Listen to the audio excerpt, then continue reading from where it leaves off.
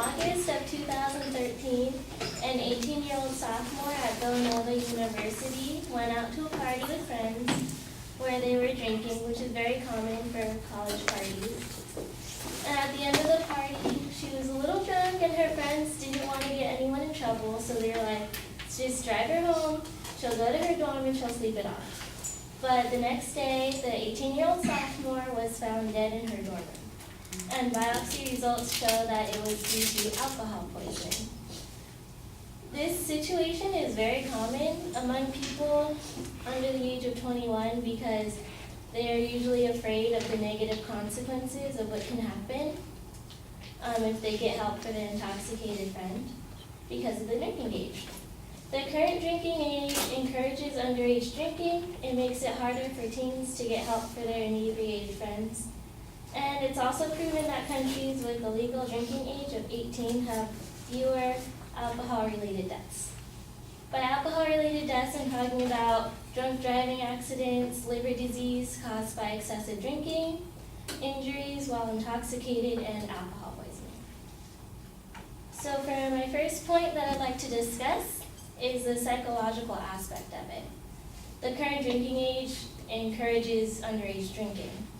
As Mark Twain said, the more things are forbidden, the more popular they become. So alcohol is like the forbidden fruit.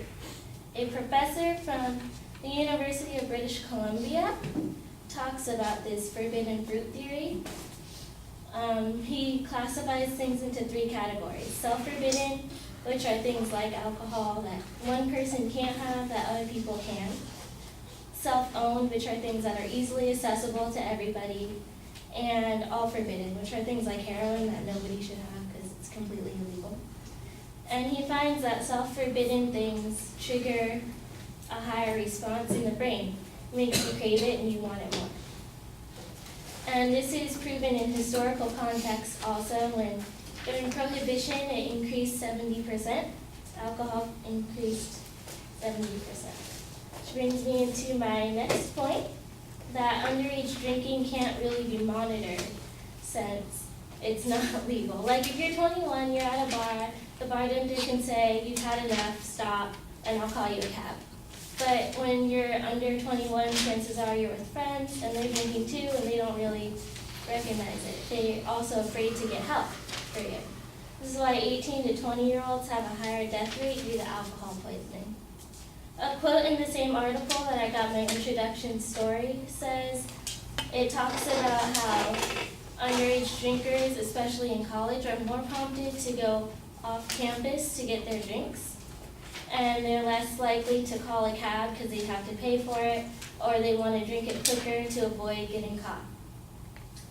This brings me to my third topic, which is countries that have a lower drinking age or a legal drinking age of 18 have lower death rates due to alcohol-related causes. For this, I chose to focus on England specifically. They've had a legal drinking age at 18 for as long as they've had a legal drinking age. And a BBC report shows that annually they have 8,000 to 9,000 alcohol-related deaths per year. That's compared to the United States. There's 5,000 deaths a year just by college students alone. And there are 75,000 alcohol-related deaths in total every year. England also has a lower use of alcohol-dependent people, which in the long run leads to less liver disease, overall healthier living lives. So in conclusion, the legal drinking age doesn't necessarily help or prevent accidents from occurring, since it's proven that the United States has higher death rates than other countries like England, which have a lower legal alcohol rate. So the current drinking age psychologically encourages drinking. Age restriction makes teenagers uncomfortable getting help for their friends when they need it. And it's also not statistically proven that it actually helps in the country.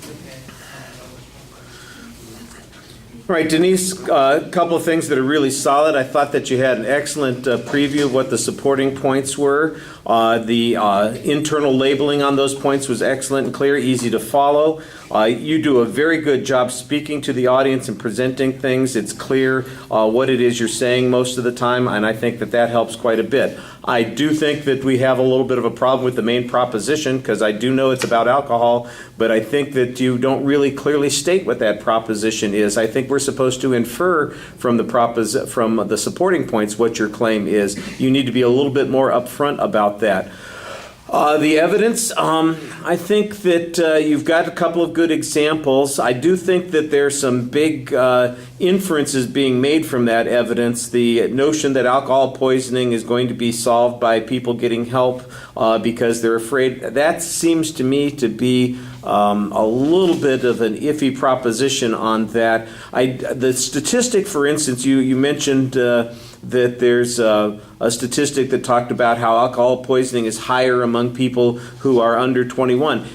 And I don't get a source citation on that statistic. I don't get the actual number in comparison to what the rate difference is, and I think that's a little bit problematic. Without providing that citation, it sounds very generic, and it sounds like an argument that you might make off the top of your head as opposed to something that you've researched. And I'm sure that you researched it, but you got to get it into the speech.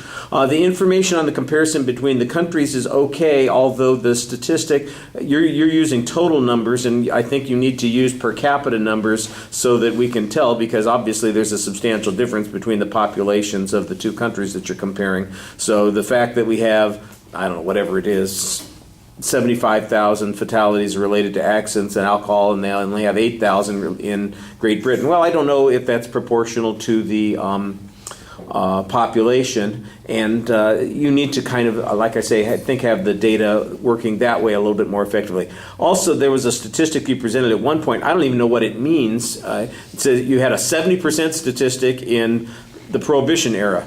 I don't know where it comes from, and it's not clear what the 70% is referring to. Was there a 70% increase in consumption of alcohol during Prohibition? If that's what the statistic says, you need to say it that way, and that's not the way it came across. The testimony on the forbidden fruit thing, I did think that you had an interesting piece of testimony here, but again, it comes from some Canadian guy, and I think you need to be a little bit sharper at qualifying your sources there. All right, thank you.